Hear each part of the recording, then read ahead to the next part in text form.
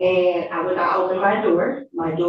I kept my door locked, but he had set keys to the vehicle, so he unlocked the vehicle and pursued to get in the back seats of that vehicle. And first it started off as verbal, and then when he wasn't getting the responses that he wanted, they turned into a physical attack. Okay. Ms. Hubbard, when you say physical, was there, when you say physical, can you just explain to the court, what it is, that you mean exactly? He tried to put pressure on my neck with his wrist. So when we did that, I struggled to breathe. And at some point, I'm not sure when, I was hit. So do you want the offer or do you want the jury trial date and the motions dates? I thought that the trial was up to me, whether I have a bench trial or a jury trial. It's not up to you. No, it's not up to you. I'm giving you, everybody has a right to a jury trial. Absolutely. And I'm going to allow you to exercise that jury trial right. I'm not going to sit here and entertain a bench trial for you. Let a jury of your peers determine your innocence or guilt. Why would I do that? How? I have the right to either or. You're not the one. No, you don't have a right to. No, you don't have a right to either or. Yes, I do. Of course, I do. All right. I'm moving on. All right, move on. You didn't answer my question, so I'm moving on. And I'm going to put you out, or at least mute yourself. Already dry. Okay, we can call it. Calling case 230-601-1701, the people of the state of Michigan versus Albert Hicks. The defendant is charged with count 1, assault with intent to do great bodily harm, less than murder or by strangulation. Count 2, domestic violence, aggravated second offense notice. Today's the date and time for an examination. Appearances, please. Good morning, Your Honor. Madison Oro on behalf of the people, requesting permission under MCR 8.120P under the supervision of Attorney Shelley Gray. Attorney Monica Sanford.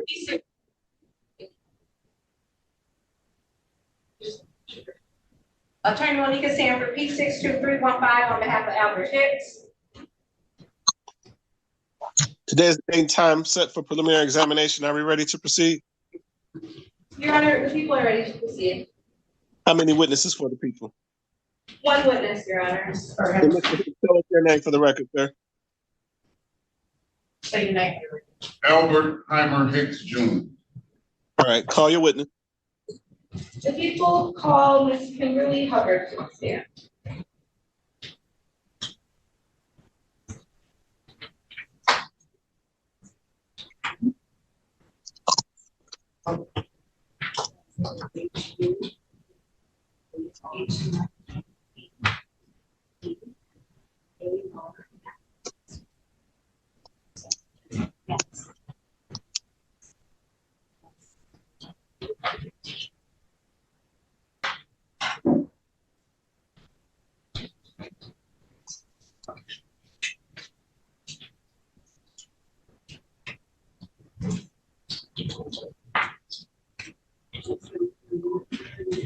Give your name and spelling to the court reporter.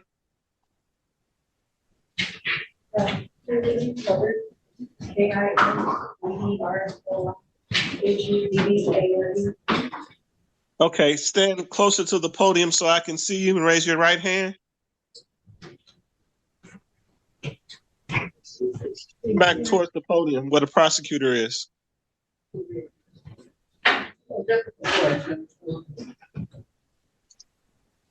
Please raise your right hand. Do you swear or affirm to tell the truth, the whole truth, and nothing but the truth, so help you God? Yes. Thank you. Please have a seat in the witness box next to the bench.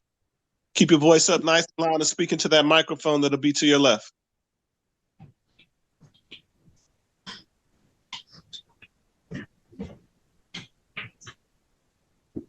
You may begin when you're ready.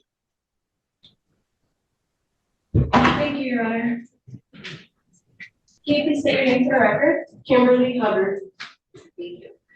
Ms. Hubbard, I want to draw your attention to November 22nd, 2023. Where were you on that day? At my house, 18212 Strathmore Street. Okay, Detroit. so, you just said that's in Detroit. That's in the county of Wayne? Yes. Thank you. And did something happen on that date that brings you into court today? Yes. What happened on that day? I was assaulted by Mr. Hicks. Okay. So you stated, you were assaulted by Mr. Hicks. Is that, Albert Hicks? Yes. Okay, and how do you know that person? He was my partner, and he is the father of my children. Okay, how long were you guys partners for? Around 14 years.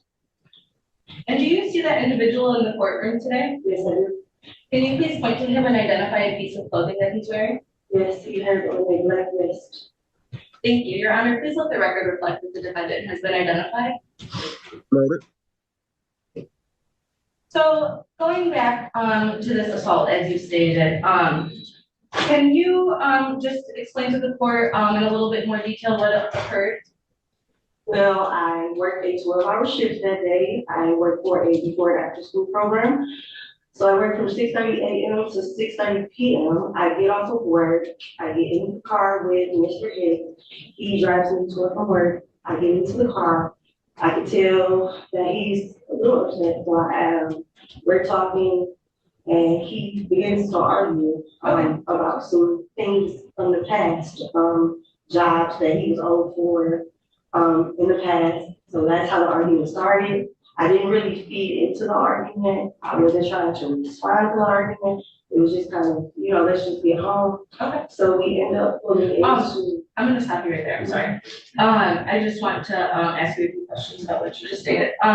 Okay, so just to clarify, Mr. Hicks picks you up takes you and picks you up from work. Correct. Okay, and on this date, November 22nd, he was picking you up from work? Correct. Perfect, and you got into the vehicle with him, and you stated there was an argument, right? Yes. Okay, and so you were going into a little bit detail, sorry, about what the argument was pertaining to, and so can you state that again? What the argument it was about a prior job that he had done. He just home improvement. It was a prior job that he had done that he wasn't properly compensated for. Okay. And he said he wasn't properly compensated for it, which I had nothing to do with. Okay, so after he is, expressing these things to you about these different jobs that he hasn't been properly compensated for, what happened next? He just kept yelling, "Oh, I'm gonna get my money." The job he is referring to, he had done for my current employer. So he felt like I had something to do with that, but I had absolutely nothing to do with that. So I just wouldn't feed into it because that has nothing to do with it. I understand. So, earlier in your testimony, you stated that Mr. Hicks assaulted you. So at what point did this argument between the two of you turn physical? Once we got to the residence, which is the Strathmore residence, which I spoke of, we pulled up into the driveway. He got out of the car and he went into the home. I did not go into the house because I did not feel like he was calm enough for us to have a conversation or for us to be in the same house. Okay, so sorry, I'm so sorry. Just to clarify, so you guys are currently on the drive home while this verbal argument. With the verbal. Perfect. And so you get to the home, and Mr. Hicks parks the vehicle, goes inside, and you stay in the car. Yes. Okay, great. And I'm sorry, can you continue back? I stay in the vehicle. I'm watching movies on my phone. My daughter's sitting in the car with me. She's going back and forth into the house. I asked her to bring me my throw blanket out to the car. I was going to stay in the car. Mr. Hicks continued to come in and out of the house to pursue the argument, but I did not feed into that argument. When he realized I wasn't going to feed into the argument, the last time he walked out, He asked for my keys, and I told him he was not getting my keys. Just And to that's, clarify, Ms. Hubbard, the vehicle, that you guys, the keys that you're referring to, they belong to the vehicle that you No. live in? Oh, okay, just wanted to clarify. house keys, Okay, house keys. He wanted my house keys, and I told him no. And that's when he pursued to bang on the window. And I opened my door, I kept my door locked, but he had the keys to the vehicle, so he unlocked the vehicle and pursued to get in the back seats of that vehicle. And first they started off as verbal, and then when he wasn't getting the responses that he wanted, they turned into a physical attack. okay. Ms. Hubbard, when you say physical, you know, was there, when you say physical, can you just explain to the court, you know, what it is, that you mean exactly? He tried to put pressure on my neck with his wrist. So when he did that, I struggled to breathe. And at some point, I'm not sure when, I was hit in my left eye, and had to receive liquid stitches in my left eye. I'm Okay, not sure when that occurred, because it was a bunch of me trying to get him off of me. commotion, I understand. Okay, so, just for the record, you're pointing to your, kind of like the flat surface of your wrist, correct? Yes, Okay, so kind of where the wrist meets the hand. Okay, thank you. And, when you say that he was, putting his wrist on your, you put your wrist on your neck, correct? Okay, in that moment, did you lose consciousness or anything? I don't believe I lost consciousness. I just know I struggled to breathe. Back up a little bit, when he was using his wrist, it was just one of his wrists, right, not both? Yes. Okay. And, could you feel like you could breathe in that moment?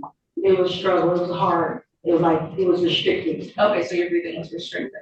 What would you say your vision was like at that moment? My vision was a little blurry. Okay, Everything was happening so fast. yeah, I understand that. So what was what was the defendant's demeanor like while all of this was happening? He was very angry, very. And was he saying anything while he was doing this? He did very interesting violence. Very excuse me. And, based on that, Ms. Hubbard, and everything else that you, testified to today, how would you describe that you were feeling in that moment? Okay, just one moment, Your Honor. Okay, no further questions, Your Honor.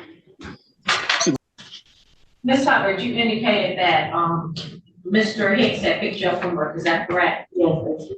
And, he was driving you in the vehicle back to the residence where both of you resided at that time, is that correct? That's right.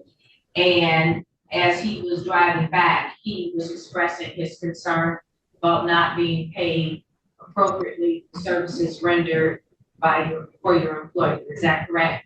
Yes, that's right. And so you indicated that, you did not engage, you didn't have anything to say in response, is that correct? That's right. And then you indicated that at some point you arrived at the residence, is that correct? That's correct. And Mr. Hicks went inside, but you remained in the vehicle, is that correct? That is correct. And at some point, your daughter noticed that you were in the vehicle, so your daughter came and got in the vehicle with you?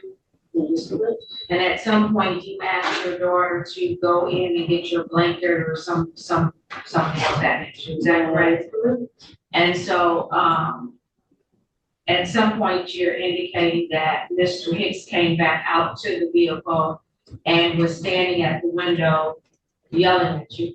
That is correct. And he asked for your house keys, That is correct. but he had entered the house, right? So he had keys to enter the house, correct? That's correct. All right, and so your response to his request for the house keys was no, is that? That is correct. Okay, and so at some point, he, unlocked the vehicle That is correct. and he got in the back seat. That is correct. Now, what type of vehicle is this? Town and country van. So this is a van, and is it fair to say that you have two individual seats in the front? Yes, And are there two individual seats in the back, or is it a bench seat it's two individual seats in the middle. in the middle? Okay. And so where was he located? In the back seat on the driver's side. So he's in the back seat on the driver's side, and you're in the front seat on the passenger side, is that fair to That say? is correct. Okay, and so you indicated that at some point he takes the back of his wrist, if I remember how you Wrist. the lower part of his wrist going into where his upper part of his arm is. And he reaches over from the back seat with his back side of his wrist, and he presses on your throat. Correct. And from the back seat, from the driver's side, he reaches over to the passenger He side. put his body in between the two front seats. And so he puts his hand on your throat, is that correct? That is correct. His wrist. And his wrist, thank you for correcting me, his wrist on your throat. And at some point, you struggle to breathe, but you never lose consciousness, is that correct? That is correct. Now, while he's putting his wrist on your throat, at that point, is he saying anything? He's saying that I should kill you. Okay, and so, then you indicated that at some point somehow you ended up with, cut to or laceration to your eye, is that correct? Yes. But you don't recall exactly what happened or how that occurred, is that fair to say? No, I'm not sure how that occurred. Okay. It occurred within that moment, but I'm not sure how. Okay, and so at some point, you get this laceration to your eye, and, at some point, the police are called, and the police arrive, is that fair to That say? is correct. Okay, and Mr. Hicks leaves the vehicle, is that fair to say? Once the police arrive, yes. Okay, but prior to the police arriving, after you had an incident with your, his wrist on your throat, did that happen before or after the laceration to your eye? That happened before the laceration. Okay, so the throat was first, the laceration was second. That is correct. And you're confident all of that occurred as a result of Mr. Hicks? That is correct.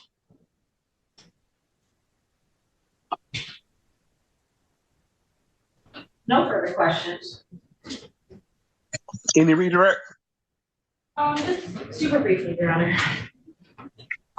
Ms. Hubbard, I just want to ask you really quickly, did you receive any treatments for your injuries? Yes, I went to Sunrise Hospital. Okay, and that was directly after this incident? Yes, it was. Okay, no further questions.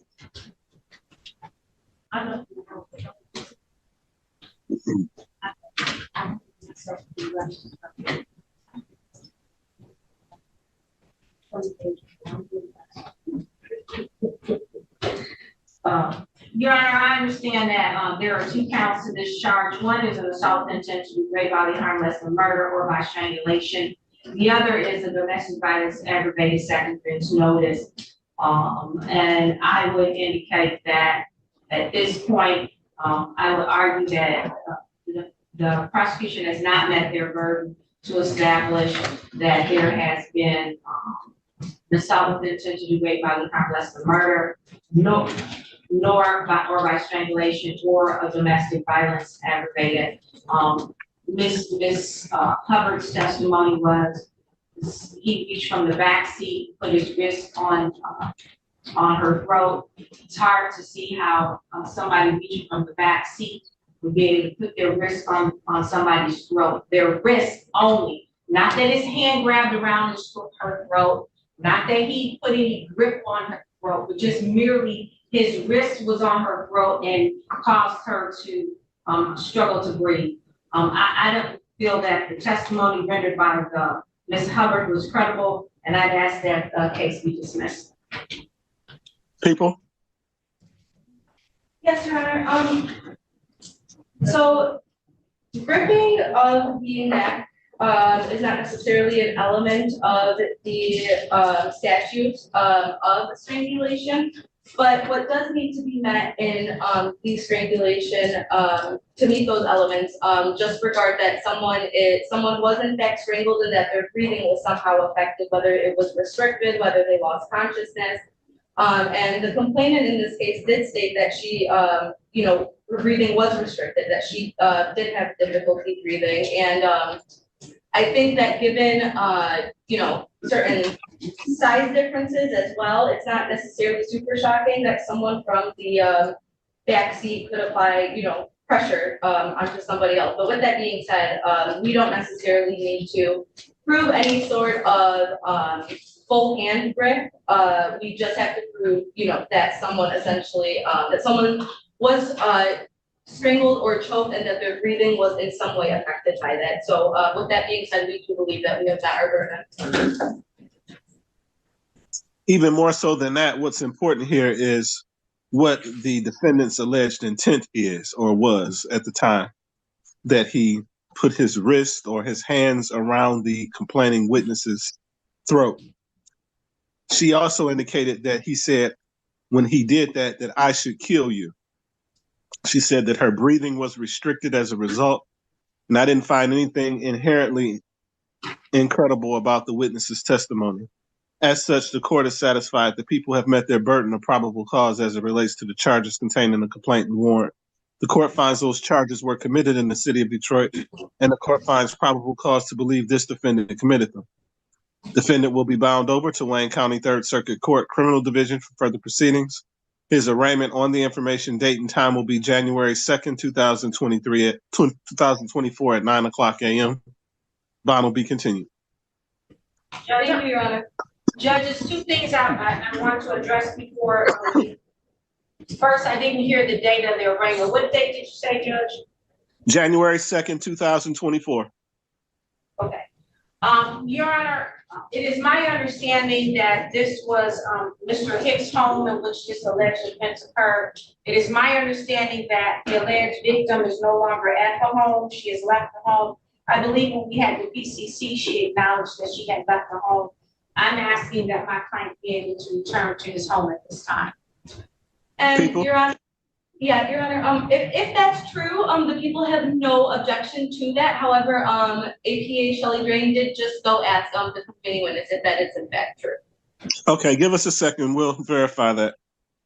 Okay, and the other issue is when I was, at the PCC, I asked for, my client to be able to be, go to work, Monday through the weekend, actually, 6 to 6. The court agreed to 6 to 5, Monday through Friday. That prohibits him from working on Saturdays and Sundays while he's doing his home repair work. He's asking to be able to do home repair work on the weekend as well.